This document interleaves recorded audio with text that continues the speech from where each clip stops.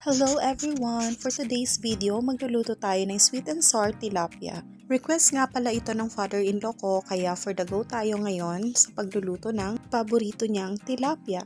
So first thing is, ito yung ginawa ko. Nag-slice na ako ng mga lamas, carrots, and na-prepare ko na rin, na-marinate ko na rin yung fish.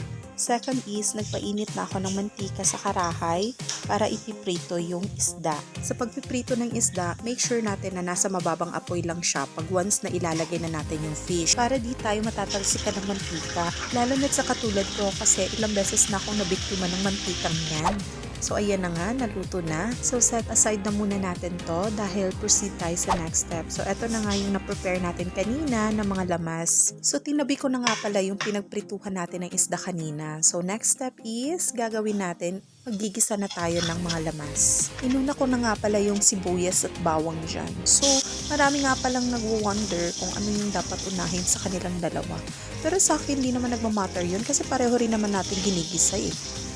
Anyway, maiba muna tayo. So habang nagluluto ako dyan, pinapakiramdaman ko si Alessia kasi hindi talaga ako nakakatayo ng sobrang tagal. So tayo, upo, kaya fast forward natin dyan na part.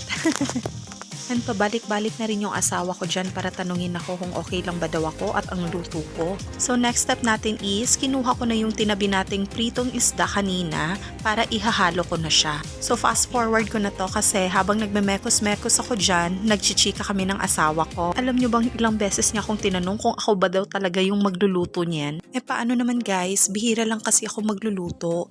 Pero once na magluto ako, I'll make sure na masasarapan talaga sila. Isa nga pala yun sa paborito ng father-in-law ko, ang sweet and sour tilapia. Pero syempre sabi niya mas the best pa rin ng garlic buttered shrimp ko. O diba? Sinong hindi magaganahan magluto niyan? Habang malapit na maluto yung sweet and sour natin, ipabalik-balik na yung asawa ko. Gusto nang tikman yung luto ko. At may bit-bit ng kutsara, aba? Parang kanina lang tanong siya ng tanong kung kaya ko ba silang ipagluto niyan. Nung natikman na niya, nasabi na lang niya pakasal daw kami ulit. Hay naka guys, hanggang dito na lang. Thank you for watching!